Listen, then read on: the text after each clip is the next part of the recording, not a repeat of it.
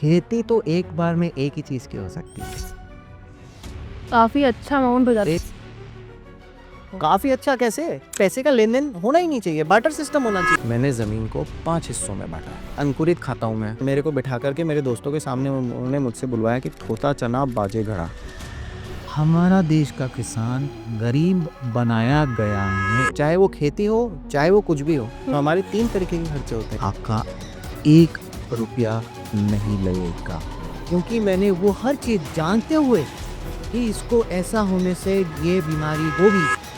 हाँ, सिर्फ शिद्दत से करना काफी नहीं होता। लोग मेरे को सीरियसली नहीं लेंगे, सक्सेस को होंगे, और नहीं होते तो आपका नुकसान न हो। Hi guys, welcome to coders I podcast. आज हमारे साथ जो गेस्ट हैं वो है मिस्टर संगम।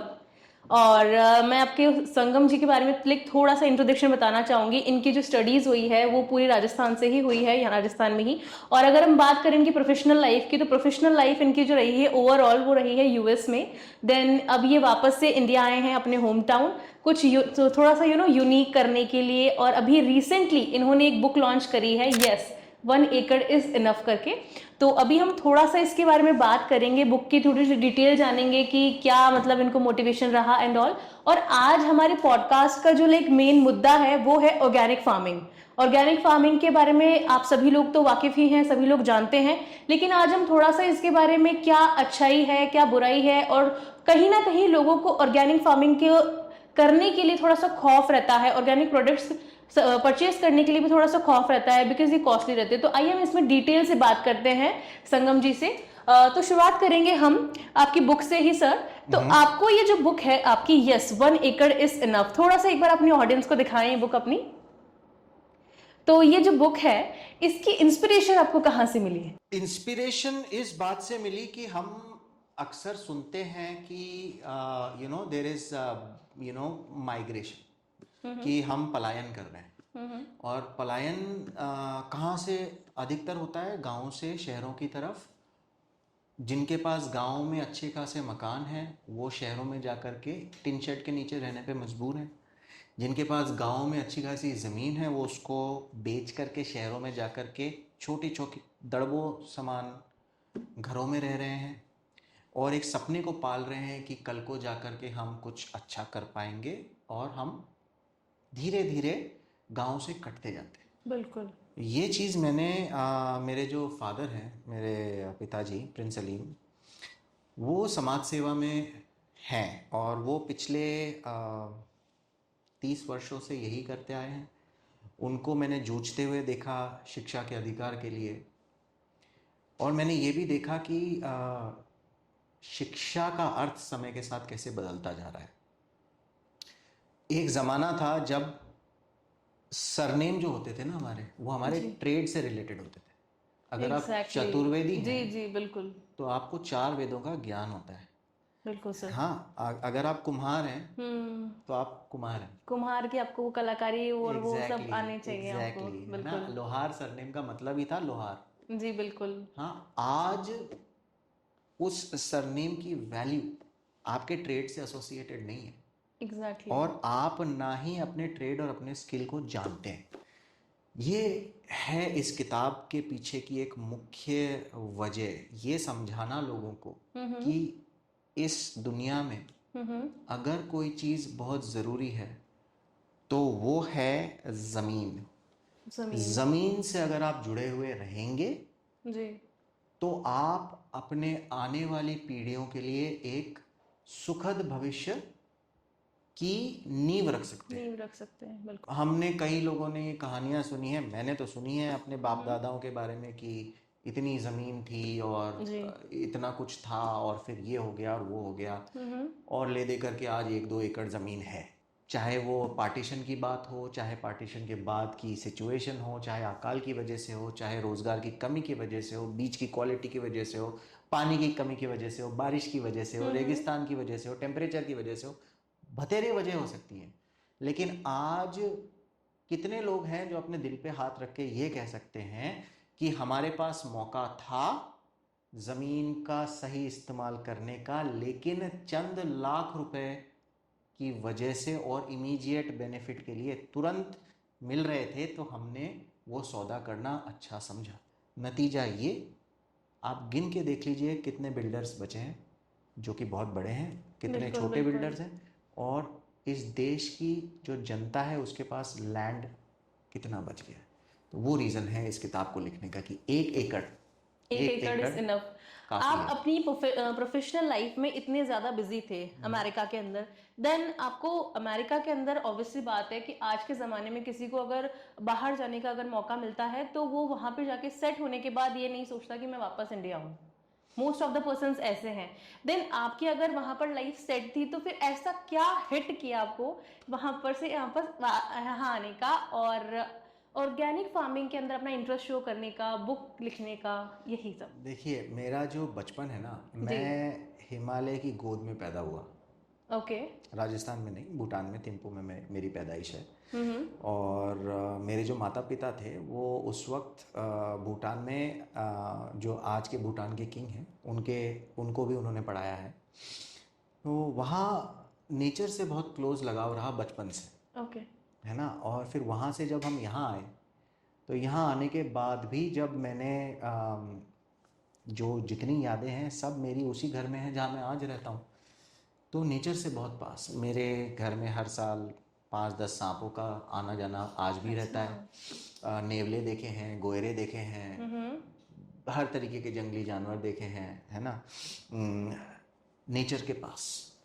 तो कहीं भी रहा मैं दुनिया के, मतलब कहने को तो ऐसे है कि मैंने 16 चक्कर लगाए हैं इस अर्थ के, क्योंकि आना जाना रहता है, इधर से जाओ या उधर से जाओ, 16 चक्कर लगाए हैं, बड़ी बात है। लेकिन इस पॉइंट ऑफ व्यू का और ज़िंदगी में हम क्या अचीव कर रहे हैं उसका बहुत एक इम्पॉर्टेंट चीज़ है। जब सॉफ्टवेयर में काम करता हूँ, मेरा काम मैं हाथ लगा के छू करके महसूस नहीं कर सकता। मेरे अकाउंट में जो पैसा है, जैसे आप ये मान लीजिए कि आज भी कई लोग हैं जिनको कि कैश इन हैंड की वैल्यू ज़्यादा लगती है मनी इन बैंक से, और वो जब से हम यूपीआई डिजिटल ट्रांजैक्शन करने लगे हैं तो वो मनी की वैल्यू खत्म हो गई है। बिल्कुल बिल्कुल, है ना, वो वर्थ कम हो गया है। उसी ढंग से मुझे ये महसूस होता है कि हम जो भी काम करते हैं ना, वो जब तक उसका रिजल्ट को आप छू नहीं सको, जैसे फॉर एग्जांपल अगर कोई एक फैशन डिज़ाइनर है, राइट, तो जो फैशन डिज़ाइनर है वो जब डिज़ाइन करता है तो उसका जो रिजल्ट है जब आप देखते हैं, आप उसको छू के फील करते हैं कि उसने कैसे, किस बारीकी से किस चीज़ को कैसे डिज़ाइन किया है, उसकी एक वैल्यू अलग होती है। एक पेंटर की painting, very true.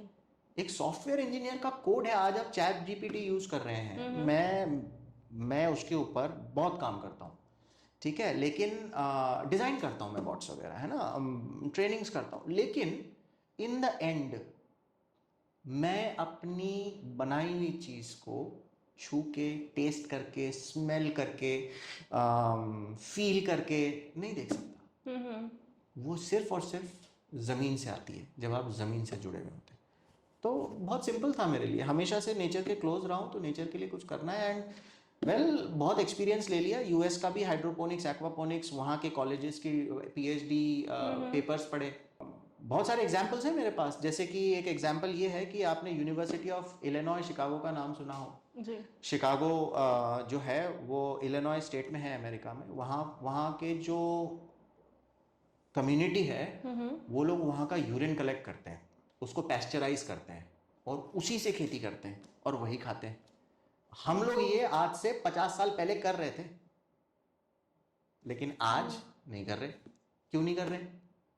Like unhygienic और समथिंग क्यों लगता है लोगों को। इट्स ऑल, मतलब बेकार की बातें हैं ये अनहाइजीनिक वगैरह, ठीक है। आप ये समझ लीजिए कि चिड़िया की बीट सबसे ज्यादा पोटेशियम देती है, ठीक है। नारू बोल के एक देश था जिसकी पूरी खनन इसीलिए हुआ कि वहां पर चिड़िया की बीट से बना हुआ आइलैंड था, और खनन कर करके आज वहां कुछ नहीं है। लेकिन हमने तो सारा का सारा पोटेशियम वहीं से लिया ना, बर्ड पूप से लिया। ये बात गलत है, समझने की अफेयर है। फास्ट फूड कल्चर आ गया है। आज आपको भूख लगती है, मैकडोनल्ड से जाके बर्गर खा के तुरंत खरीद करके खाना आसान है, रोटी बनाना मुश्किल है। बिल्कुल। रोटी बनाना सीखेंगे, जमीन से जुड़े रहेंगे तो हेल्थ रहेगी। हेल्थ रहेगी तो वेल्थ रहेगा, वेल्थ रहेगा तो जनरेशन रहेगा, जनरेशन रहेगा तो देश रहेगा, देश रहेगा तो दुनिया रहेगी। ये लंबी सोच है, इसलिए मैं वापस आया। अच्छा, आपके हिसाब से अपने देश के जो छोटे किसान हैं उनको काफी डर रहता है अपनी जमीन को लेकर, और वो ये सोचते हैं कि हम इसमें क्या कर पाएंगे, तो इसमें आपकी क्या राय है, क्या मतलब आप उनको कहना चाहेंगे? किसान अपने आप के अंदर अन्नदाता है, ये हमें मानना पड़ेगा, और इसमें से अगर कोई इसको नहीं मानता है तो वो फंडामेंटली गलत हो रहा है। और ये सवाल जायज़ है, लेकिन मैं आपको ये बता दूं कि छोटे किसान की डेफिनेशन जो है ना, वो ये है कि जिसके पास आज भी 2.5 एकड़ ज़मीन है, उसको हम सीमांत किसान बोलते हैं। इंडिया के भारतीय सरकारी जो डेफिनेशन है, परिभाषा है, उसके हिसाब से, यानी उसको हम छोटा किसान बोलते हैं। दिक्कत कहाँ है? दिक्कत यहाँ है कि हम आज भी जो ट्रेडिशनल या फिर जो कहें कि पुराने तरीके हैं, उनका इस्तेमाल करके खेती करने पे मजबूर हैं। और दूसरी प्रॉब्लम ये होती है कि बंटवारे होते जा रहे हैं, क्योंकि ऑफ कोर्स आप हैं तो आपके बाद जो आपकी नेक्स्ट जनरेशन है उसमें आपकी लैंड की ज़मीन का डिवीज़न हो जाता है। तो एक समय ऐसा आ जाता है जहाँ पर कि आप ज़रूर ये सोचते हैं कि इतनी सी ज़मीन में मैं क्या ही कर लूँगा। बिल्कुल। लेकिन मैं ये कह सकता हूँ, दावे के साथ कह सकता हूँ, और यही चीज़ मैंने अपनी किताब में भी लिखी है विथ प्रूफ्स, रेफरेंसेस के साथ, कि 1 एकड़ ज़मीन का अगर आपने मॉडर्न टेक्निक्स यानी नई जो तकनीक है उसका इस्तेमाल करते हुए, एंड खाली सिर्फ खेती नहीं, एक कंप्लीट सिस्टम बनाते हुए अगर आप ये करेंगे, तो आप 20 लाख से 32 लाख रुपए हर साल 1 एकड़ से कमा सकते हैं। अब सवाल ये है कि जब मैं बात कर रहा हूँ 1 एकड़ से आप इतना कर सकते हैं, तो अब ये मैं फिर से कह दूं कि जो भी इसको ट्राई करने की कोशिश करे उसको पहले 1 एकड़ में करना है। हमें अगर ये बता दिया गया, अब इसको इस ढंग से समझ लीजिए कि अगर आपने किसी ने आपको उड़ना सिखा दिया, तो आप पहले ही दिन यहाँ से लेकर के सीधे बॉम्बे की उड़ान लेने स्मॉल चले स्केल जाएंगे। से स्टार्ट करें। बिल्कुल, धीरे धीरे करके शुरू करना है। और ये समझना ज़रूरी है कि ऑर्गेनिक जो फार्मिंग है जी, जैविक खेती, वो बहुत बेनिफिशियल है, और महंगा नहीं है। महंगा नहीं है, लेकिन थोड़ा समय ज़्यादा वही लगता ना, काफी लाइक लोगों के माइंड में ऐसा है, मिसकंसेप्शंस भी हैं कि ऑर्गेनिक फार्मिंग जो है वो बहुत ज्यादा कॉस्टली है, काफी लोग डरते हैं ऑर्गेनिक फार्मिंग करने से। तो इसके बारे में थोड़ा सा हमें बताएं। हाँ ज़रूर, पर इस सवाल का जवाब देने से पहले मैं आपसे ये ज़रूर पूछना चाहूँगा कि दुर्घटना भली या देर भली? ऑब्वियसली देर भली। देर भली। बिल्कुल। तो बस इसका आंसर यही है कि क्या आप आज 2 रुपए ज़्यादा दे करके वो सब्ज़ी खरीदना आपके लिए बेहतर है, या ज़िंदगी भर के लिए डायबिटीज़ की गोली खाना बेहतर है? या फिर ये इसको इस ढंग से ले लीजिए कि आज आपको जो जोड़ों का दर्द हो रहा है, ठीक है, वो इसलिए हो रहा है कि आप अधिकतर समय घर के अंदर बंद रहते हैं, या आपको विटामिन डी बराबर नहीं मिल रहा है, तो आप विटामिन डी की गोली खा लें या फिर थोड़ा सा व्यायाम कर लें, आपकी पसंद है, choice is yours. Choice is yours. Right. But organic farming के बारे में ये बहुत गलत कहना है कि ऑर्गेनिक फार्मिंग महंगी है। इसकी जिम्मेदारी मैं सिर्फ और सिर्फ, और मैं पूरी जिम्मेदारी के साथ ये कह रहा हूँ, कैपिटलिज्म को देता हूँ। ये इसकी वजह सिर्फ और सिर्फ कैपिटलिज्म है। आप इसको इस ढंग से देख लीजिए कि एक ज़माना था जब हम बार्टर करते थे। बार्टर मतलब लेन देन, मैं तुम्हें चावल दूंगा, तुम मुझे गेहूं दे दो या सब्जी दे दो। तब क्या महंगा और क्या सस्ता? बिल्कुल बिल्कुल। राइट। उसके बाद आया पैसे का खेल। पैसे का खेल आया तो लोगों को ये लगा कि भाई इतने पैसे में इतना चावल मिलेगा और इतने पैसे में इतना गेहूं मिलेगा। राइट। तो ये सारा पैसे का खेल है। अब मैं आपको बताऊं कि अगर आपको आपकी ज़मीन की क्वालिटी पता हो, कि मेरे यहाँ पर ये खेती अच्छी हो सकती है। हाँ, अगर आपको फर्टिलाइज़र बनाना आता हो, ठीक है, अगर आपको आपके नेचर से जो एग्जिस्टिंग पेस्टिसाइड्स हैं, जैसे कि नीम से जो पेस्टिसाइड्स मिल सकते हैं, राख को पेस्टिसाइड के तरह कैसे यूज़ करना है, ठीक है, और भी बहुत सारे पेस्टिसाइड के ऑप्शन जो नेचुरली अकर करते हैं, अगर आपके पास वो इकट्ठा करने का एक सिस्टम हो तो ये सारी चीज़ें, राख किस कीमत की, नीम का पेड़ अगर आपके पास है तो उसकी खली लेकर के उससे जब आप पेस्टिसाइड बना रहे हो, क्या दाम दे रहे हो आप उसका, वो तो आपका ही है ना। या फिर आपके जानवरों का गोबर इकट्ठा कर रहे हो, मींगनी इकट्ठी कर रहे हो, उनका यूरिन, उनका पेशाब इकट्ठा कर रहे हो, और उसको यूटिलाइज करते हुए थोड़ा सा उसके अंदर गुड़ डाल के, थोड़ा सा दही डाल के, थोड़ा सा उसके अंदर बेसन डाल के, हाँ, आप उसको एनारोबिक वे में, यानी कि हवा की कमी में अगर आप उसको प्रोसेस करते हो, 10 20 30 दिन के अंदर आपका फर्टिलाइजर तैयार हो जाता है। वो जो नीचे रखी हुई बॉटल है, वो जो आप अगर आप उसको दिखाना चाहें तो ये बॉटल जो है ये उसी से बनी हुई चीज़ है। तो इसको बनाने में कोई रॉकेट साइंस थोड़ी ना है। तो मतलब ये आपकी खुद की मैन्युफैक्चरिंग है? हाँ, और बनाने में कोई मेरे को कोई रॉकेट साइंस नहीं है। मेरे को एक अच्छा खासा प्लास्टिक का एयर टाइट कंटेनर चाहिए, उसके अंदर मेरी जो बकरियां हैं उनकी मींगनी होती है, उनको पाउडर करके उसमें डाला जाता है, उसमें 200 लीटर पानी डाला जाता है, उसके अंदर 1 किलो गुड़ डाला जाता है, उसके अंदर 250 ग्राम दही डाला जाता है और 1 किलो बेसन डाला जाता है, घोट दो, ढक दो, 30 दिन में खाते तैयार। ऐसा ही बड़ा कर लो आप, किसने रोका है आपको? और क्या खर्चा हो गया इसके अंदर? यूरिया खरीदने जाओगे, उसको डालोगे। मतलब काफी अच्छी बात है कि अपन ऑर्गेनिक चीजों से ही, मतलब अपन को बाहर से कुछ लाने की जरूरत नहीं है। ये एक अच्छा खासा पेस्टिसाइड नहीं, फर्टिलाइजर अच्छा खासा फर्टिलाइजर हम यूज कर सकते हैं। हमको बाहर से कुछ भी लाने की जरूरत नहीं है, कुछ भी लाने की जरूरत नहीं है। और ये जो है, अगर आप ये इसका 10 ml लीजिए 1 लीटर पानी में और अपने गमले में डाल के देखिए, 10 ml खाली, यानी 10 लीटर पानी में ये 100 ml की बोतल है, डालिए, इसको घोलिए और अपने पौधों को एक बार पिला दीजिए हर हफ्ते। आप ये ट्राई करिए, आप 3 हफ्ते में रिजल्ट देखिए, सिंपल। तो ये कहना बहुत गलत है, प्रॉब्लम वो नहीं है, प्रॉब्लम ये है कि आप इसको ऐसे समझिए कि ऑर्गेनिक का मतलब मेहनत, और तो जैसे हम हमारे बच्चों के लिए मेहनत करते हैं उसी ढंग से आपको मेहनत करनी पड़ेगी। बिल्कुल। केमिकल्स का मतलब होता है स्टेरॉइड्स। जैसे कि अगर आपको बहुत ज्यादा दमे की बीमारी हो गई तो आपने पंप लिया, है ना, वो पंप आपको इमीडिएटली रिलीफ तो दे देगा, बिल्कुल, लेकिन दमा दूर नहीं करेगा आपका। वही चीज केमिकल्स के साथ है। जो खेती आप कर रहे हो यूरिया लगा के, वो आपको फसल तो दे देगा 10 बार, लेकिन हर बार यूरिया बढ़ाते जाओ, एक समय ऐसे आएगी जमीन बंजर हो जाएगी। ये आप यूज करोगे तो एक बच्चे की तरह है, वो जमीन हमेशा वैसी ही रहेगी जैसे आज है, वो खाना वैसा ही स्वादिष्ट रहेगा जैसा आपके बचपन का था, टेस्ट भी वही रहेगा, क्वालिटी भी वही रहेगी। एंड बेस्ट चीज ये है कि आपको डायबिटीज, शुगर, ब्लड प्रेशर, इन सब चीजों पे पैसा नहीं खर्चा करना पड़ेगा। आज नेचर के साथ अपन खिलवाड़ ना करके नेचर के साथ ही नेचुरल चीजें यूज करें। बिल्कुल वही बात है। अब आप इसको ऐसे समझिए कि एक सिंपल सा एग्जांपल देता हूं मैं आपको जी। आपको लास्ट टाइम मधुमक्खी का छत्ता आपने कब देखा, याद है क्या? बिल्कुल।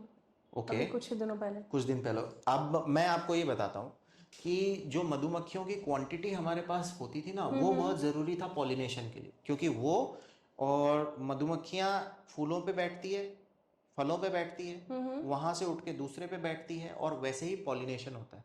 जैसे हमारे ह्यूमन रिलेशनशिप में एक स्त्री और एक पुरुष का होना जरूरी है बच्चे होने के लिए, वैसे ही पौधों में भी मेल और फीमेल होता है, और उनका पॉलिनेशन करने के लिए जरूरी है कि वो मधुमक्खियां एक से बैठ के दूसरे पे जाए।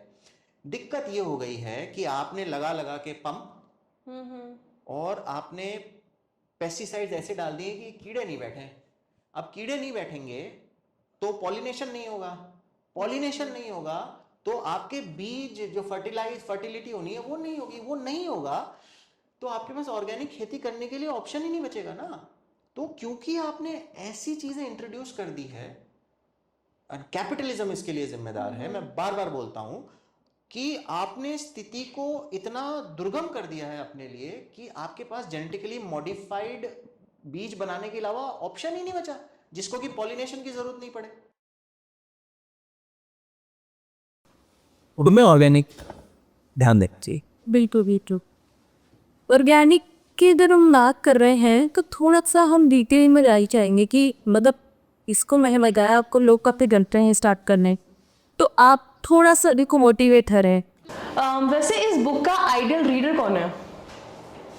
हर कोई इंसान जो अपनी ज़िंदगी में कुछ करना चाहता है, जिसने अपनी ज़िंदगी में कुछ अचीव कर लिया और उसके पास वापस देने के लिए कुछ है, या फिर वो जो आज जिसके लिए कहा जा रहा है कि ठेला लगाना भी अपने आप के अंदर एम्प्लॉयमेंट है, बिल्कुल, और उसको रोज़गार की तरह माना जा रहा है। इसका कोई स्पेसिफिक आइडियल रीडर नहीं होकर के ये एक गाइड है। हम जैसे कि कुंजी बोलते हैं ना, बिल्कुल, एग्ज़ाम से बिल्कुल। पहले बच्चे कुंजी पढ़ते हैं और उसमें से सवाल आ गए तो हम पास। ये किताब आपकी ज़िंदगी की कुंजी है। अगर आपके पास 1 एकड़ छोड़िए 1 बीघा ज़मीन भी है, ठीक है, तो भी इस किताब में आपके लिए वो कुंजी है।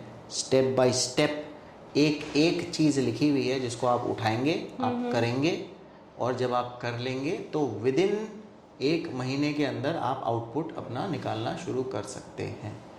तो कुल मिलाकर के मेरा जो रीडर बेस है वो हर वो इंसान है जिसके पास ज़मीन का टुकड़ा है और वो कुछ करना चाहता है उसके साथ, बेचना नहीं चाहता। अगर हम बात करें इस बुक की, तो ये बुक जो है आप देख सकते हैं काफ़ी बहुत बड़ी है। तो आज के ज़माने की अगर हम बात करें तो इतना वैसे टाइम होता नहीं है। सही कह रहे हैं आप जी। अच्छा, तो इतनी बड़ी बुक लिखने का आपका मतलब क्या मोटिव था? देखिए, वैसे तो इसके अंदर इसका जो अंग्रेजी वर्जन है जो मेरे हाथ में है अभी, वैसे हिंदी में भी ये अवेलेबल है और ई बुक में भी अवेलेबल है जी। इसमें 418 पन्ने थे, है ना। इसकी जो नई एडिशन जो मैं लेके आया, जब मैंने इसको देखा तो मैंने इसको करीब 370-360 पन्नों में लेके आया हूँ। अब इसमें क्या है, काम की बात जो है ना उसके साथ साथ ज्ञान की बात भी है। ओके, ठीक है, तो हालांकि लोगों को ज्ञान, डबल बेनिफिट, काम हाँ, और ज्ञान लोगों दोनों को हो। ज्ञान भी मैंने इसके अंदर दिया है, और ज्ञान देने के भी 3 तरीके अपनाए हैं। ओके। तो एक तरीका तो ये है कि इसके अंदर कुछ कॉमिक्स जैसी चीज़ें हैं, तो 1 पेज तो कॉमिक ले लेता है हर चैप्टर में, है ना। तो कहानी चित्रों के थ्रू भी एक्सप्लेन की गई है। दूसरी चीज़ है जो वो है कि इसके अंदर हमने एक और अप्रोच यूज़ किया है जिसको हम बोलते हैं माइंड मैप, माइंड मैप्स, ठीक है। इसमें क्या है डिटेल्स के अंदर? माइंड मैप दिमाग में आप एक लॉजिकली किसी चीज़ को जब आप अप्रोच करना चाहते हैं, हम कहते हैं ना कि बहुत सोच समझ करके कदम उठाओ। बिल्कुल। तो किसी भी चीज़ को मतलब अगर आप शिद्दत से करें, सिर्फ शिद्दत से करना काफ़ी नहीं होता, आपकी प्लानिंग भी ज़रूरी है। अब मांझी साहब ने जो पहाड़ था उसको काटने के लिए 20 साल लगाए। सीधा अगर नहीं काटते वो, उनका प्लान सीधा नहीं काटने का होता, अगर वो प्लान नहीं करते, टेढ़े मेढ़े हो जाते, तो वो क्या वो 20 साल में हो पाता? नहीं।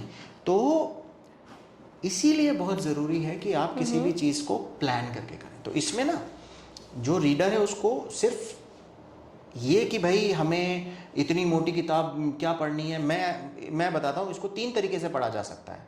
बच्चों के लिए इसमें कार्टून्स हैं, आप वो चैप्टर के अंदर, आप लास्ट के अंदर और स्टार्टिंग के अंदर वो कार्टून्स पढ़ें, बच्चे को शिक्षा मिलेगी उससे कि अच्छा ये होता है, ये होता है, ये होता है, ठीक है। बड़ों के लिए 2 तरीके से चीज़ें लिखी हुई हैं।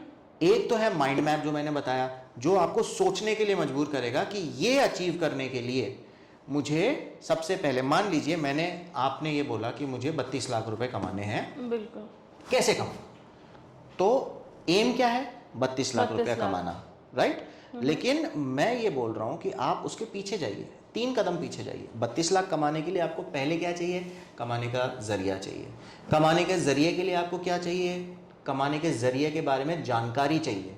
और जानकारी के लिए आपको क्या चाहिए? आपको जानकारी जुटाने का तरीका चाहिए। ये 3 चीजें हो गई ना, यही माइंड मैप है, आपको पीछे ले जाता है। प्रॉपर प्लानिंग जरूरी है। यस। तो आप इस किताब से पहले तो प्लानिंग सीख लीजिए, कॉमिक्स के थ्रू आप शॉर्टकट ले लीजिए, ठीक है, एंड उसके बाद डिटेल्स हैं, एंड वजह ये भी है कि जो इसकी फिजिकल कॉपी है ना, इसमें आपको बहुत सारे ग्राफ्स मिलेंगे, डेटा मिलेगा, और सबसे नीचे सबसे बड़ी बात है कि मैंने कोई भी बात इस किताब में हवा में नहीं बोली है, मतलब सब चीज लाइक ऑथेंटिक है क्योंकि किताब के अंदर सोर्सेज हैं, भारतीय सरकार को कोट किया गया है। 2025 का जो इकोनॉमिक सर्वे आया है, अभी जनवरी में आया, किताब पहले छप गई थी, वो 30 जनवरी को वो सर्वे का रिपोर्ट आया। तो जब मैं वो सर्वे देख रहा था, और उसमें जब वो organic farming and veganism and vegetarianism की बात करते हैं, वो सब है इस किताब के अंदर। तो पढ़िए इसको और फिर आप देखिए कि सरकार भी वही बात बोल रही है। तो मतलब अपन ये कह सकते हैं कि एक इकलौती किताब जो है वो अपने ज्ञान का पिटारा है। हाँ, ज्ञान का पिटारा है, अगर आप इसको सही तरीके से इस्तेमाल करें। याद रखिएगा, एक मतलब मेरे पिताजी ने मुझसे बुलवाई थी ये बात, और मैं इसको आज भी याद रखता हूँ इस चीज़ को। मैं हॉस्टल में बैठा था, और मेरे को बिठा करके मेरे दोस्तों के सामने उन्होंने मुझसे बुलवाया कि थोता चना बाजे घड़ा। मारवाड़ी की कहावत है ये। हाँ, और मतलब मुझे वो चीज़ बहुत बुरी लगी थी उस वक्त की, मतलब मेरे दोस्तों के सामने उन्होंने मुझे ऐसा बोला।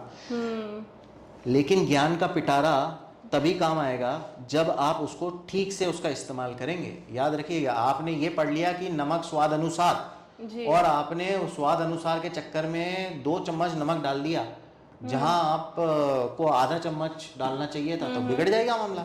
बिल्कुल। तो स्टेप बाय स्टेप चीज़ों को फॉलो करना पड़ेगा।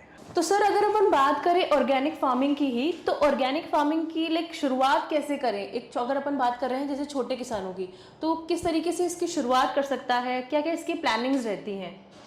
देखिए, ऑर्गेनिक शब्द को ना बहुत ही खतरनाक तरीके से दिखाया जाता है कि डिक्शनरी में ऑर्गेनिक का मतलब क्या है। ठीक है, अब मैं उसको थोड़ा उस ढंग से नहीं लेता।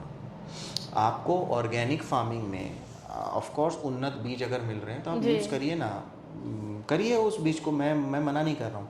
मैं ये कह रहा हूँ कि आप उसमें पेस्टिसाइड्स का इस्तेमाल, आप उसके अंदर जो केमिकल्स हैं उसका इस्तेमाल ना करें, फर्टिलाइज़र के तौर पर भी।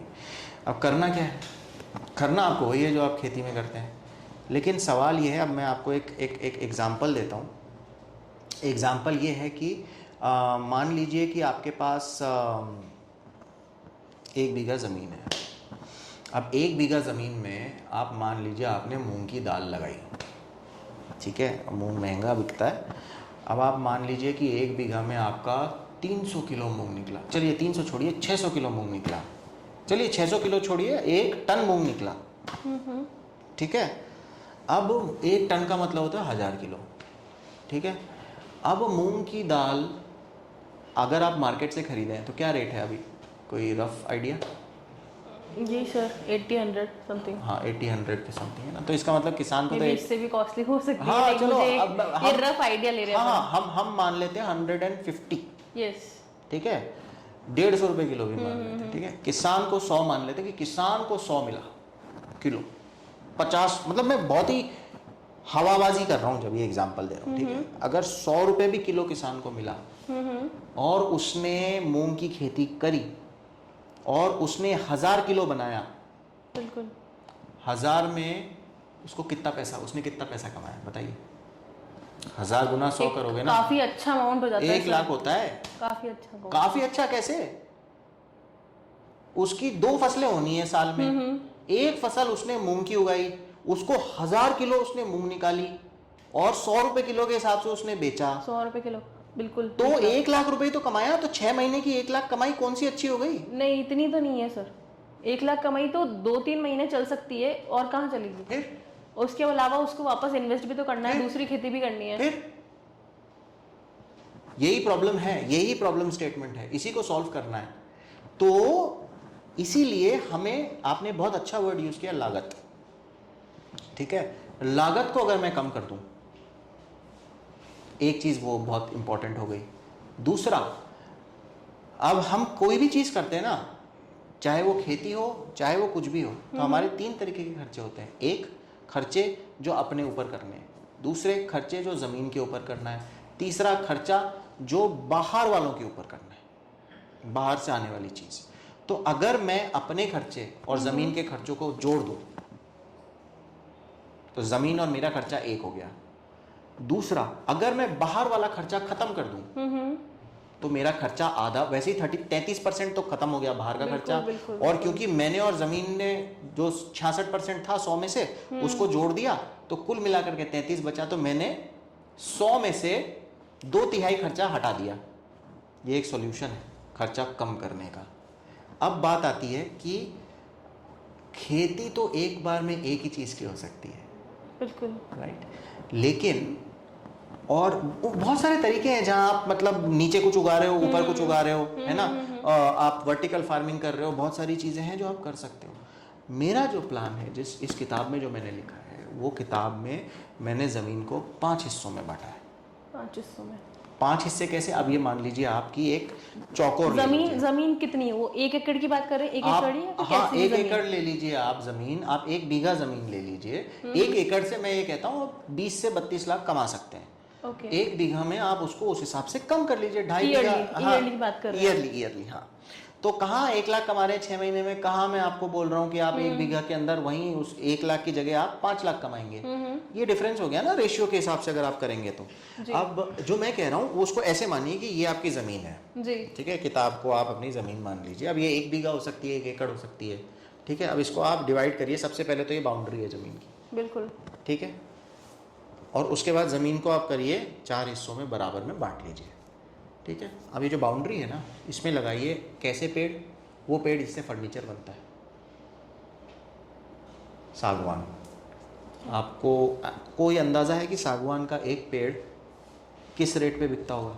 सर सागवान की लकड़ी जहाँ तक मैंने सुनी है काफ़ी कॉस्टली बिकती है, बहुत कॉस्टली। आज की तारीख में 1.5 लाख रुपए का एक पेड़ बिकता है। 20-25 साल लगते हैं उसको बड़ा होने में।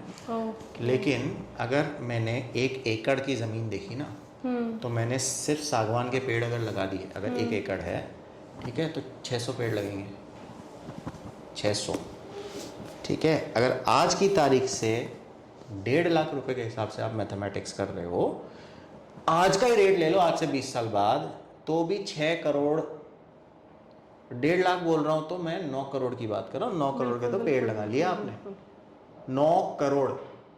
काफी मतलब अच्छा इन्वेस्टमेंट है। अब ये कोई क्यों नहीं कर रहा? क्योंकि लोग बताना नहीं चाहते आपको, ठीक है, मतलब बताना नहीं चाहते, और मोस्ट ऑफ द टाइम से लोग अवेयर नहीं है इस चीज को लेकर। मैडम, बात अवेयरनेस फास्ट फूड नहीं है, मैं यही समझाने की कोशिश कर रहा हूँ। और मैं अपने आप को ये चीज़ मैं ये बता इसलिए रहा हूँ क्योंकि मैं चाहता हूँ सब लोग, मैं ये बोलता हूँ कि पैसे का लेन देन होना ही नहीं चाहिए, बार्टर सिस्टम होना चाहिए। लेकिन वो तो बहुत ही बेवकूफ़ी वाली बात हो जाएगी, लोग मेरे को सीरियसली नहीं लेंगे। लेकिन मैं आपको सिंपल सा एक मैथ बता दिया मैंने अभी आपको कि 9 करोड़ की तो आप सिर्फ पेड़ लगा सकते हो। आज से 25 साल बाद भले ही होगा, लेकिन 25 साल तक ज़मीन तो रहेगी ना। तो आज जो 9 करोड़ है, आज से 25 साल बाद मान लीजिए कि वही 40 करोड़ होंगे, 50 करोड़ होंगे, आराम से। ठीक है, पहली चीज़ तो ये। दूसरी चीज़ जो मैं ये कहने की कोशिश कर रहा हूँ, इसके अंदर ये है कि आपने 4 सेक्शन डिवाइड कर दिए। अब मैंने आपको एग्जांपल दिया, अगर आपने मूंग की दाल लगाई, 1 लाख रुपए कमा रहे हो, उसको साइड में रखो। मैं बोलता हूँ इसको 4 में डिवाइड करो, मॉडर्न टेक्निक्स यूज़ करो, हाइड्रोपोनिक्स करो एक हिस्से में। हाइड्रोपोनिक्स मतलब जहाँ पर कि पानी का सिर्फ इस्तेमाल होता है खेती के लिए, उसमें आपको किसी भी ढंग से मिट्टी का काम नहीं होता, वर्टिकल फार्मिंग होती है। कैसे होती है, क्या होती है, किताब में है, और डिटेल में कभी हम डिस्कस करेंगे तो मैं हाइड्रोपोनिक्स को अच्छे से दिखा भी दूंगा, मेरा फार्म भी दिखा दूंगा। मैं चाहता हूँ लोग करें, है ना, पहली चीज। दूसरी चीज, तो आपने एक सेक्शन में हाइड्रोपोनिक्स किया। अब मेरी मशीन जो है मेरे पास हाइड्रोपोनिक्स की, वो रोज 125 किलो का अंकुरित और उगा हुआ चारा निकालती है, ठीक है। तो मैंने क्या किया, मैंने अपने जानवरों के लिए हाइड्रोपोनिक्स यूज किया। सिमिलरली अंकुरित खाता हूं मैं, वो भी मेरा हाइड्रोपोनिक मशीन बनाती है, तो मेरे काम भी आया, मेरे जानवरों के काम भी आया, बिल्कुल, राइट। तो मैंने क्या किया, कॉस्ट कटिंग कर दी। और 125 किलो रोज निकल रहा है, 365 दिन में कितना टन निकल गया, आप ये सोचिए। तो ये कैसे हो रहा है, इतनी सी जगह में कर रहा हूं मैं, और मेरा तो बहुत छोटा सा मशीन है, ठीक है। अब ये तो बहुत ही छोटी सी मेरी मशीन है, जो कि ये मान लीजिए 15 फीट बाय 10 फीट की मशीन है मेरी, उसमें 1 से 25 किलो का रोज आउटपुट निकलता क्या है। कॉस्ट पड़ जाती होगी सर इसके पूरा मतलब सेटअप की अपने? सेटअप की मशीन की हाँ, वो गवर्नमेंट सब्सिडाइज्ड है ओके एंड एग्जिस्टिंग कंपनीज हैं जो ये मशीन्स बनाती हैं। मैंने उसके अंदर इम्प्रूवमेंट्स किए हैं अपनी तरफ से भी, मतलब तो खुद का और costing- कस्टमाइज कर लिया आपने? हाँ कस्टमाइज कर लिया ताकि हम इसको कॉस्ट को रिड्यूस कर सके। लेकिन जो भी प्रॉफिट मेकिंग कंपनीज हैं वो इस छोटी मशीन का 5, 5.5, 6 लाख रुपए लेते हैं। ओके ठीक है, तो इतने में ही सेटअप हो जाता है। प्लीज खुद कोशिश करने मत जाइए। वही वाली बात होगी कि आप कुछ अच्छा करने जाएंगे लेकिन आप टेक्निक सही नहीं इस्तेमाल करेंगे तो गड़बड़ हो जाएगी। प्लानिंग जरूरी है हर चीज के लिए, जैसे कि बताया था साइंटिफिकली ये एक साइंटिफिक चीज है, याद रखिएगा। आप जब किसी चीज को नेचर ने जो है ना उसने हाइड्रोपोनिक्स का इजाद नहीं किया, आपने बनाया। तो जब आप नेचर के अगेंस्ट जाके कोई चीज़ करते हैं ना तो उसमें अगर आप 19-20 करते हैं ना रिजल्ट कभी अच्छा नहीं आएगा। उसको जैसे अगर हम बोलते हैं 1 + 1 2 ही होता है, 1 × 1 1 ही होगा। ठीक है, तो यही वाली बात है कि मैथ्स हमने जो डिसाइड करी है उसी हिसाब से आपको ये सोल्यूशन भी करना है, खुद जुगाड़ पे मत जाइए। तो हाइड्रोपोनिक्स लगाइए एक सेक्शन में जी। दूसरे सेक्शन के अंदर आप जो है ऑर्गेनिक खेती करिए, खाद खुद बनाइए, पेस्टिसाइड्स खुद बनाइए। जब पेड़ों से मिल रहा है, नीम लगा लीजिए, नीम की खली से आप बनाइए पेस्टिसाइड्स। ठीक है, फर्टिलाइज़र बनाना है तो मैंने आपको सोल्यूशन बता दिया। और भी फर्टीफिश जैसी कहानी लिखी हुई है किताब के अंदर, फर्टीफिश की कहानी है। आप देखिए कि मछली से कैसे खाद बनता है, तो दूसरे सेक्शन में आप वो करिए। ठीक है, ऑर्गेनिक फार्मिंग जिसमें आप लगा रहे हैं, आपकी सब्जियां लगा रहे हैं। और तीसरा जो सेक्शन है आपके पास, उस तीसरे सेक्शन में आप शेड बनाइए जहाँ आप जानवरों को रखेंगे, छोटे बकरियों को रखिए, भेड़ों को रखिए, उनको पालिए। ठीक है, और जो चौथा सेक्शन है और इनकी सेल से आपको पैसा मिलेगा, राइट। और जो चौथा सेक्शन है वहाँ पर आप देखिए, मैं जैसे अभी आपको जो मैंने सैंपल दिखाया था मेरा, वो एक प्रोसेसिंग प्लांट में ही कर रहा हूँ ना मैं, मैं उसको प्रोसेस कर रहा हूँ सबको। तो वो चौथे सेक्शन में प्रोसेसिंग प्लांट बनाइए जहाँ अपना खाद बना रहे हैं आप, जहाँ आप जो हाइड्रोपोनिक्स के अंदर आप एक हेल्थ के हिसाब से व्हीट ग्रास बोल के एक चीज़ होती है, गेहूं का जो घास होती है ना उसको, वो कोलेस्ट्रॉल के लिए, प्रेशर के लिए बहुत अच्छी चीज़ है, एंटीऑक्सीडेंट का काम करती है, आपकी ब्लड सर्कुलेशन के लिए अच्छा है। तो वो सारी चीज़ें ग्रो करते हैं। आप मेरे यूट्यूब माफ़ कीजिएगा फेसबुक पे जाएंगे तो आपको दिख जाएगा कि कैसे क्या होता है, वो सारी चीज़ें मैं पोस्ट करता रहता हूँ। तो वो उनको काटिए, उनको सेल करने का प्लांट बनाइए यहाँ पर, है ना। आपको कितना पड़ रहा है, आपको मैं फैक्ट बता रहा हूँ, 2 किलो गेहूं से आप 400 ग्राम 500 ग्राम व्हीट ग्रास बना सकते हो। ठीक है, फ्रेशली आप लोकल लोगों को दीजिए उसी चीज़ को। तो वो व्हीट ग्रास जब आप फ्रेशली अपने लोगों को दे रहे हैं, खुद कंज्यूम कर रहे हैं, तो वो आपका 100 ग्राम 100 रुपए के हिसाब से बिक रहा है। तो आपने अगर 500 ग्राम भी रोज बनाया तो 500 रुपीज, 15,000 का बिजनेस तो आपका यहीं से आ रहा है। 1,80,000 साल का तो आप सिर्फ व्हीट ग्रास से जनरेट कर रहे हैं। और 2 किलो गेहूं अगर आप लगा भी रहे हैं, 30 रुपए किलो गेहूं भी ले लो तो 60 रुपए का तो गेहूं लगा आपका। तो 60 रुपए आपने लगाए, 500 रुपए आपने कमाए, तो 440 कमाए ना रोज के। सिंपल सी मैथमेटिक्स है करने के लिए, लेकिन पूरा सिस्टम चाहिए, प्लानिंग चाहिए, चाहिए और हर चीज कनेक्टेड है। उतना ही डेडिकेटेडली उस चीजों में लगना पड़ता है। हाँ, मतलब देखिए, जैसे हम ये फिर एक मैं एग्जांपल देता हूँ आपको, इसको ऐसे समझ लीजिए कि हम एफडी करते हैं, बिल्कुल 5 साल के लिए करते हैं, मतलब 5 साल तक उस पैसे को हाथ नहीं लगाना है। ठीक है, फिर होता है एक चीज हम बोलते हैं, हम रिकरिंग डिपॉजिट कर लेते हैं कि हर महीने थोड़ा SIP बोलते हैं आजकल के उसमें, है ना, सिस्टमैटिक इन्वेस्टमेंट प्लान कर लिया आपने कि भाई हर महीने हम थोड़ा जमा करा रहे हैं। ठीक है, और फिर एक होता है आपका वन टाइम इन्वेस्टमेंट। ठीक है, तो सोल्यूशन वही है आपकी जिंदगी का, हर किसी की जिंदगी का सोल्यूशन। आपको 3 चीजें देखनी पड़ेंगी। एक, पैसा जो आपको रोज चाहिए, दूसरा पैसा जो आपको समय समय पे लगेगा, और तीसरा पैसा जो आप अपने अगली पीढ़ी के लिए छोड़ के जाना चाहते हैं। तो जो बाउंड्री में पेड़ लगाया आपने, वो आपके लिए जनरेशन के लिए है, आपकी जनरेशनल वेल्थ है। दूसरा, जो आपने हाइड्रोपोनिक मशीन से आपने जो चीज़ निकाली जिसमें आप रोज़ कमा रहे हैं, वो आपका डे टू डे खर्चा और मेंटेनेंस के लिए है। तीसरा, जो आपने टाइम टू टाइम पैसा लगेगा, उसके लिए आपने शेड बनाया, गोट शेड बनाया, भेड़ पाले, उनको पाला, और उससे आपको टाइम टू टाइम, यानी हर 6 महीने में और हर साल में जब आप उनको सेल करेंगे, उनके प्रोडक्ट्स को सेल करेंगे, तो वो आपको आपका एनुअल बेनिफिट देगा, है ना। खेती से आप खुद भी खा रहे हैं और अपने जानवरों को भी खिला रहे हैं, और प्रोसेसिंग प्लांट जो है और जो हाइड्रोपोनिक शेड है, उससे जानवरों को भी चारा जा रहा है, आपके पास भी जा रहा है। तो ये पूरा सिस्टम है। इसमें सोलर ऐड कर लीजिए तो बाहर की बिजली भी नहीं लगेगी, बिल्कुल है बिल्कुल। ना। आप वो रेन वाटर हार्वेस्टिंग कर लीजिए, तो वैसे भी हाइड्रोपोनिक्स में पानी बहुत कम लगता है, तो रेन वाटर हार्वेस्टिंग यानी कि बारिश का पानी इकट्ठा कर लीजिए, वो भी सॉल्व हो गया प्रॉब्लम। मैं ये कहता हूँ कि हमारा देश का किसान गरीब बनाया गया है, गरीब नहीं है। और अनफॉर्चुनेट है कि लोग चीज़ों को ना संस्कार के साथ टेक्नोलॉजी को जोड़ करके गड़बड़ कर रहे हैं। टेक्नोलॉजी जो है, तकनीक जो है, हाइड्रोपोनिक्स जैसी जो मॉडर्न टेक्निक से 18 दिन में हम खाद बना सकते हैं, हॉट कंपोस्टिंग मेथड बोलते हैं उसको। मैं 18 दिन में बनाता हूँ अपनी खाद। उसके लिए चाहिए क्या? उसके लिए चाहिए घर की जो सब्जियां जो छीलते हैं ना, वो पील्स जो होते हैं वो लगते हैं, सूखे पत्ते लगते हैं और पानी लगता है, बस।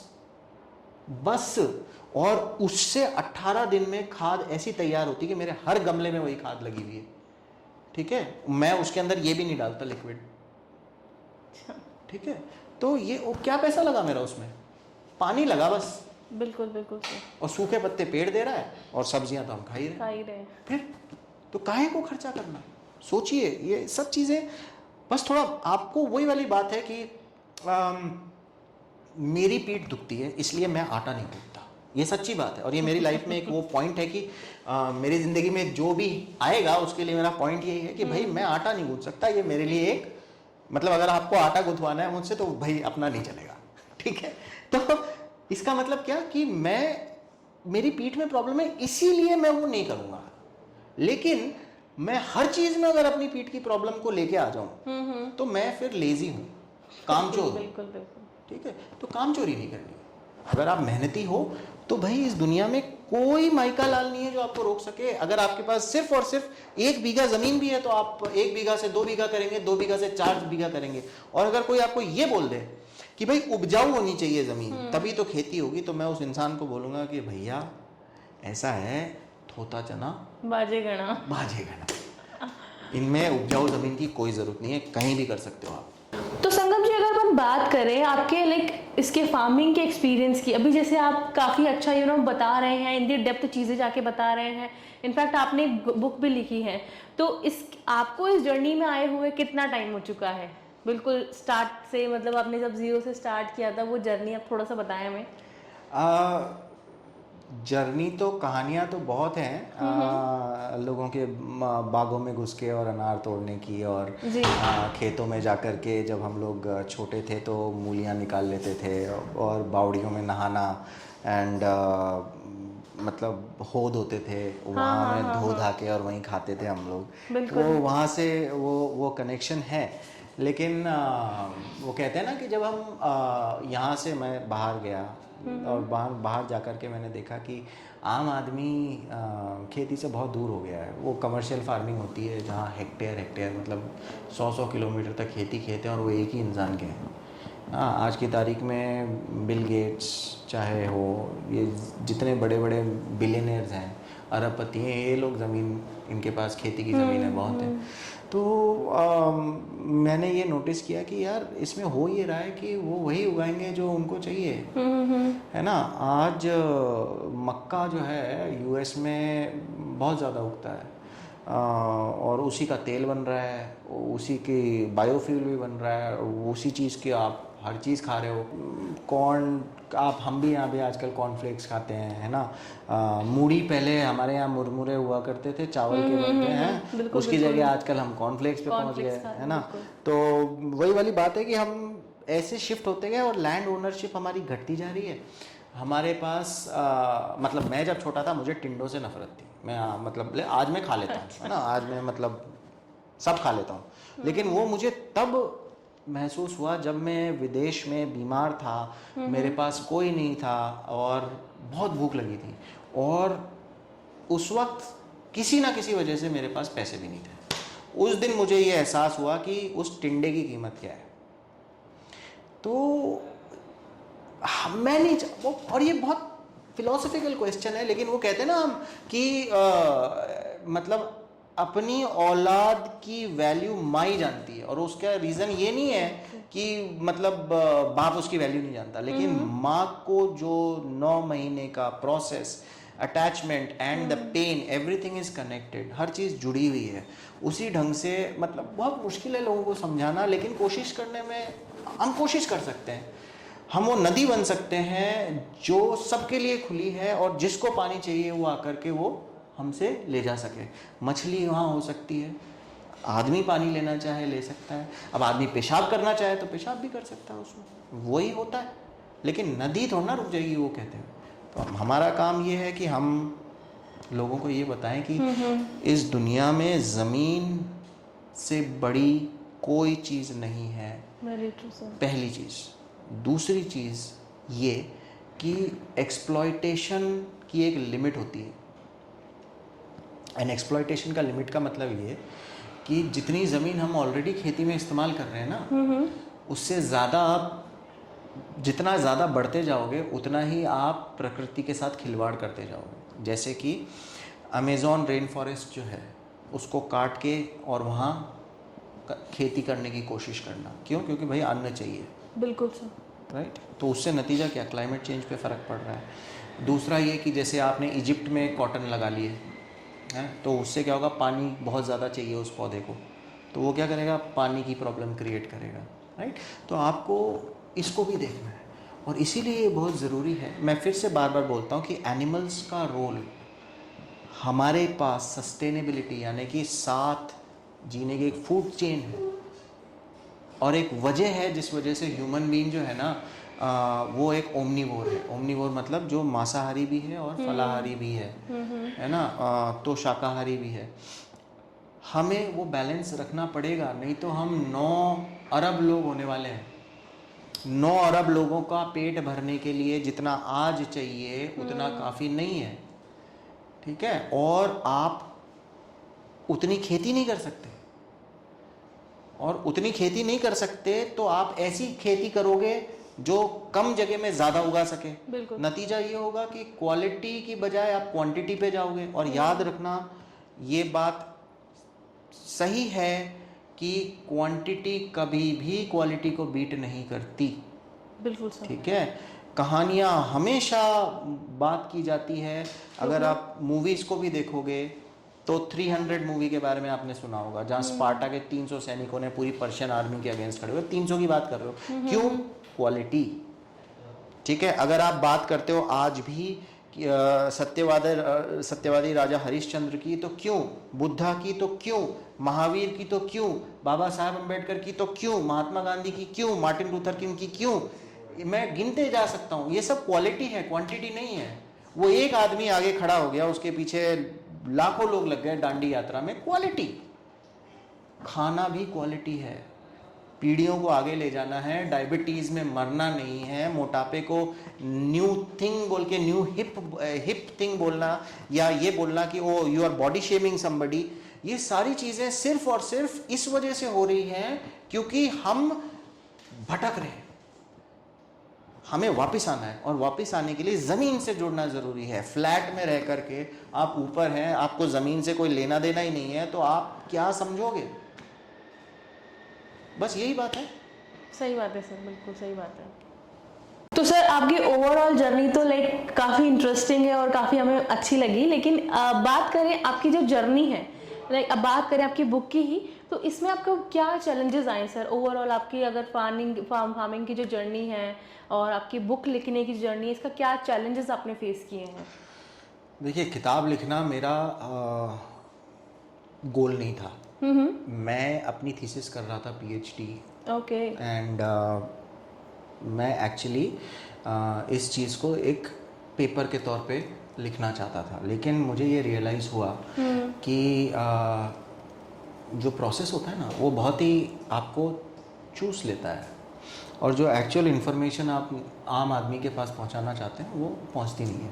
तो मैंने फिर इसको एक किताब के तौर पे लिखा, जिसमें कहानियाँ हैं। इसमें कई सारी कहानियाँ हैं, लोगों की कहानियाँ हैं, जर्नीज़ हैं, इन्फॉर्मेशन है।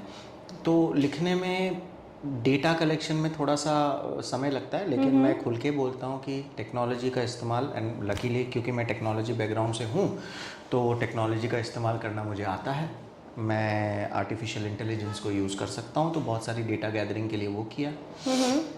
साथ ही साथ में चैलेंजेस में इसको छोटा करना, एडिटिंग का जो मामला होता है वो रीविज़िट करना बार बार, हर किताब को लिखने में थोड़ा सा चैलेंज होता ही है।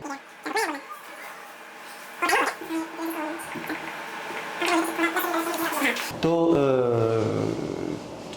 रिसर्च करने के लिए एआई का इस्तेमाल करना, और एआई का मतलब जीपीटी नहीं है खाली, हाँ ये भी मैं क्लियर कर दूं लोगों को। लोग बहुत जल्दी इसमें चले जाते हैं कि भाई जनरेटिव टेक्स्ट इज़ एआई, नहीं ऐसा नहीं है। रिसर्च के लिए हमने उसका इस्तेमाल किया, सोर्सेज ढूंढने के लिए हमने गवर्नमेंट आर्काइव्स में गए, हमने बजट्स को देखा, हमने बहुत, तो हर आपको किताब के हर पन्ने के नीचे आपको सोर्स मिल जाएगा कहाँ है। हमने न्यूज़पेपर्स को भी गया है ना, तो रिसर्च में बहुत समय लगा, वो एक मेन चैलेंज था। और दूसरी चीज़ ये थी कि ये ना बहुत लिमिटेड, मतलब अब मैं बोलूँ सस्टेनेबिलिटी, या मैं बोलूँ कि इसको ऐसा करने से आपका भला हो जाएगा, भाई हर किसी को शॉर्टकट चाहिए, तो शॉर्टकट नहीं है इस किताब में। बट हाँ ये गारंटी है कि अगर आप इसको पढ़ेंगे, इसको फॉलो करेंगे, तो आप अपनी ज़िंदगी में कुछ ना कुछ पॉजिटिव लेके जाएंगे, चाहे खेती करें या नहीं करें। बिल्कुल। ऑर्गेनिक फार्मिंग अगर कोई करता है सर, कोई वही स्मॉल स्केल का फार्मर है, तो उसको क्या चैलेंजेस आने वाले हैं? क्योंकि आपकी जो ओवरऑल जर्नी रही है, अगर क्योंकि आप भी ऑर्गेनिक फार्मिंग करते हैं, आपने तो पूरा बुक ही लिख डाली इसके ऊपर। अगर हम बात करें स्मॉल स्केल फार्मर्स की, तो उनको क्या चैलेंजेस आ सकते हैं? और आप उनको लाइक प्रायर बता दे तो वो चैलेंजेस उनको ज़्यादा नहीं, मतलब थोड़ा नहीं आएंगे चैलेंजेस। तो किताब में बीमारी से लेकर के, इलाज से लेकर के, प्रिवेंशन से, मतलब ये कि बीमारी को पहले पता कैसे लग जाए कि ये बीमारी होने वाली है, ठीक है, उसकी दवा, उसकी दारू, उसका इलाज, उससे बचाना, मतलब हर चीज़ लिखी हुई है इस किताब में। तो कुल मिलाकर के ये है कि भाई चैलेंजेस जो हैं वो मैंने झेल लिए। जी जी जी, ठीक है, झेल करके ही ये किताब बनी है। मैंने 25 लाख के आसपास का नुकसान उठाया है इस किताब को कंप्लीट करने में, क्योंकि मैंने वो हर चीज़ जानते हुए कि इसको ऐसा होने से ये बीमारी होगी, मैंने होने दी। मैंने देखा कि कितने लेवल में वो बीमारियां होती हैं, कितना क्या करने से उस बीमारी हर कितने लेवल को लाइक अपने प्रैक्टिकल किया है। लोगों को ये लगा कि ये बेवकूफ़ है जो नुकसान में कोई चीज़ बेच रहा है या नुकसान उठा रहा है, इसका फ़ायदा उठाओ। लेकिन वो ये नहीं समझ रहे थे कि मैं इंसान की फितरत, बीमारी की फितरत, जो मौसम होता है उसकी फितरत, मिट्टी की जो फितरत है, हवा की जो फितरत है, पानी की जो जो जो जो तासीर है, वो सारी चीज़ें मैं समझने की कोशिश कर रहा था। तो चार साल लगे उसको समझने में, लेकिन किताब में सब है। बस दिक्कत ये है कि जो इसको पढ़ रहा है, मैं बार बार ये कहता हूँ कि प्लीज़ इसको सिंसियरली जैसा लिखा है वैसा ही करें। इसमें हम लोग अक्सर ये करते हैं कि अपना 2 ऐड कर देते हैं, अपना थोड़ा सा इनपुट लगा देते हैं, नमक स्वाद अनुसार कर देते हैं। वो नहीं करने का है। जो लिखा है आप उसको फॉलो करेंगे ना, सक्सेसफुल होंगे, और नहीं होते तो आपका नुकसान मैं भरता हूँ। वाओ, तो सर ओवरऑल काफ़ी अच्छा कॉन्वर्जेशन रहा अपना, और काफ़ी सारी चीज़ें मुझे भी सीखने मिली इस कॉन्वर्जेशन के बीच में। तो सर सबसे उसके अलावा एक बड़ी बात यह है कि अभी ये बुक हम कैसे परचेज कर सकते हैं? क्या ऑप्शंस, कहाँ कौन कौन से प्लेटफॉर्म्स है सर? अगर आप अजमेर में हैं तो आप सीधे मुझसे रीच आउट कर लीजिए। आप मेरे पास कॉन्टैक्ट नंबर और डिटेल्स हम शेयर कर ही देंगे सर। बिल्कुल लोकली अवेलेबल है, तो आपको कंपैरेटिवली चीपर रहेगा क्योंकि मेरे पास प्रिंट पड़े हैं। उसके अलावा फ्लिपकार्ट पे अवेलेबल है, अमेज़ॉन पे अवेलेबल है, वर्ल्ड वाइड अमेज़ॉन पे वर्ल्ड वाइड अवेलेबल है, .com.uk हर वेबसाइट पे है। Barnes and nobles, thrift books, this is available, क्योंकि ये जो किताब है इसमें डॉलर्स के बारे में, डॉलर का रिस्पॉन्स, मतलब कंपैरिजन भी है रुपी के साथ। तो ये यूनिवर्सली अवेलेबल है, और इसमें सब चीज़ कवर की गई है। तो और ई बुक भी आपको इसकी मिल जाएगी। और कौन कौन सी लैंग्वेजेस में है सर ये? ये इंग्लिश में है, हिंदी में है, इंग्लिश में ये हार्ड बाउंड में है और पेपर बैक में है, हिंदी में सिर्फ पेपर बैक में है, ताकि कीमत को मैं थोड़ा सा और कम कर सकूं और ज़्यादा रीडर्स के पास पहुंच सकूं। और डिजिटल में ई बुक में है। ई बुक जो है उसमें लिंक्स वगैरह आपको सब मिल जाएंगे, वो भी इंग्लिश और हिंदी दोनों में अवेलेबल है। तो दोस्तों ये जो ज्ञान का पिटारा है सर के पास अभी, यस 1 एकड़ इज इनफ, ये आपको पता चल ही गया है कहाँ कहाँ से इसको परचेज करना है। आप लोग भी अगर इसको परचेज करना चाहें तो हमारा मतलब सर का जो कॉन्टैक्ट नंबर है वो स्क्रीन के ऊपर आपको मिल जाएगा। और सर ओवरऑल बहुत अच्छा कॉन्वर्जेशन रहा आपका, thank you so much sir, thank you for available time. Thank you. अच्छा सर, जब मैंने ये अगर बुक देखी तो इसके पीछे मैंने काफ़ी अच्छा चीज़ देखा मैंने, दोराई वाला। सर ये क्या है, इसके पीछे क्या कहानी है, थोड़ा बताएं हमें डिटेल में। मेरे गांव का नाम दौराई है, तो मैं हुआ दौराई वाला। और जब आपने चैलेंजेस के बारे में एक सवाल पूछा था मुझसे पहले कि क्या चैलेंजेस आए, तो एक चैलेंज ये भी होता है कि जब हम किसी चीज़ को लिखना चाहते हैं ना और हम पब्लिशर्स के पास जाते हैं तो पब्लिशर पहले बोलता है कि इतनी प्रिंट के इतने पैसे दे दो, उसके बाद आप ही को सेल्स करनी है, आप ही को मार्केटिंग करनी है, नहीं तो फिर वो एक मुश्त पैसा लगता है। तो मैंने ये डिसाइड किया कि जो लोग वाकई में लिखना चाहते हैं और अच्छा लिखते हैं उन लोगों के लिए एक पब्लिशिंग प्लेटफॉर्म एग्जिस्ट करे जिसका नाम है दौराई वाला। आप मेरे पास अपनी मैन्युस्क्रिप्ट लेके आइए, आपका 1 रुपया नहीं लगेगा, मैं उसको पब्लिश करूँगा। एवरीथिंग फ्रॉम द कॉस्टिंग, यानी कि जो खर्चा आया है वो बुक के सेल्स रेवेन्यू से हम निकालेंगे और उसके बाद आपको रॉयल्टी मिलेगी, लेकिन आप छपेंगे ज़रूर अगर आपने अच्छी लिखी है। तो इसीलिए दौराई वाला। नाइस, बहुत अच्छी बात है सर। अच्छा दोस्तों, तो अगर आप इस बुक को परचेज करना चाहते हैं तो कोडर साहिब के चैनल पर ही डिस्क्रिप्शन में आपको लिंक मिल जाएगा नोशन प्रेस करके, जिसमें ही कूपन कोड मेंशन है 20% का कोडर साहिब के व्यूअर्स के लिए स्पेशली, तो आप वहां से परचेज कर सकते हैं काफ़ी अच्छे डिस्काउंट के साथ। Thank you so much.